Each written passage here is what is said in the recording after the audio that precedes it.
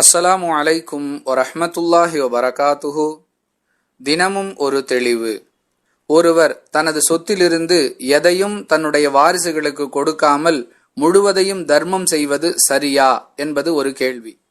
அன்பிற்குரிய அல்லாஹுவின் நல்லடியார்களே, பெற்றோர்கள் பிள்ளைகளின் மீதுள்ள கோபத்தின் காரணமாக அல்லது பிள்ளைகள் தங்களை சரியாக பராமரிக்கவில்லை என்பதற்காக தங்கள் சொத்திலிருந்து ஒரு நயா பைசா கூட என் பிள்ளைகளுக்கு கிடையாது, அவை அனைத்தையும் நாம் தர்மம் செய்துவிடப் போகிறேன் என்று சொல்லக்கூடிய நடைமுறையையும் சிலர் அவ்வாறே செய்யக்கூடியதையும் பார்க்கிறோம். அன்பானவர்களே, இது சரியா என்பதே இந்த கேள்வியின் சாரம்சம். இவ்வாறு செய்வதற்கு இஸ்லாத்தில் அனுமதி இல்லை.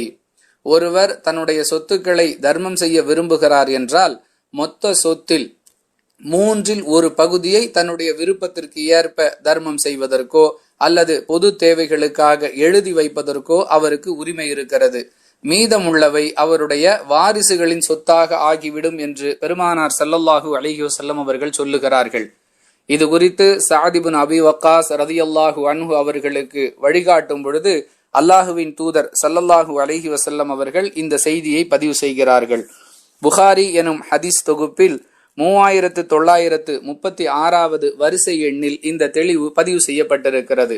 ஒருவர் தன்னுடைய மொத்த சொத்தில் 1/3 பகுதியை மட்டுமே தன்னுடைய விருப்பத்திற்கு ஏற்ப தர்மம் செய்ய முடியும் அல்லது விரும்பியவர்களுக்கு கொடுக்க முடியும். மீதமுள்ளவை வாரிசுகளின் சொத்துகளாக இருக்கும்.